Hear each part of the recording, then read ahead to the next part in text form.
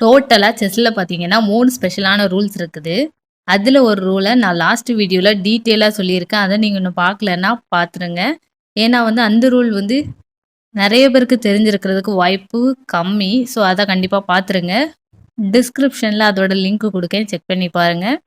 So இந்த வீடியோல நான் இன்னொரு ஸ்பெஷலான ரூல்ஸ் பத்தி சொல்றேன். செஸ்ல சிப் பாயிண்ட் எப்படி போகும்? முன்னாடி தான் போய்க்கிட்டே இருக்கும். பின்னாடி வரவே வராது. மத்த எல்லா காயினும் பின்னாடி வரும். ஆனா, சிப் பாயிண்ட் மட்டும் பின்னாடி வரவே வராது. யாரையாச்சும் கட் பண்ணணும்னா மட்டும் சைடு போகும். சைடுல இருந்துட்டே திரும்ப ஃப்ரண்ட்ல தான் போகும். பேக்ல வரவே வராது. இப்ப செஸ் போர்ட்ல பார்த்தீங்கன்னா, மொத்தமே 8 ரோஸ் தான். ஸோ ஒன்ஸ் அந்த லாஸ்ட் ரோவ அத ரீச் பண்ணிட்டேன்னா, என்ன பண்றது? அதுக்கு தான் இந்த ரூல கொண்டு வந்திருக்காங்க. ஒன்ஸ் இது லாஸ்ட் ரோவ ரீச் பண்ணிட்டு அப்டின்னா, நம்ம இந்த சிப் பாயிண்ட்ட வேற காயினா ப்ரமோட் பண்ணிக்கலாம்.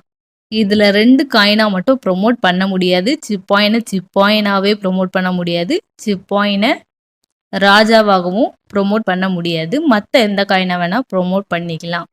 ராணி, மந்திரி, குதிரை, யானை இந்த 4 காயின்ஸ்ல எந்த காயினா வேணா நம்ம ப்ரமோட் பண்ணிக்கலாம். என்ட்ட ஆல்ரெடியே ராணி இருக்குது. நான் ராணிய ப்ரமோட் பண்ணிக்கலாமான்னு கேட்டீங்கன்னா, கண்டிப்பா பண்ணிக்கலாம். இன்னொரு காயின நீங்க கொண்டு போய் லாஸ்ட்ல ரீச் பண்ணீங்க அப்டின்னா, அது 3வது ராணியா கூட ஆயிக்கலாம்.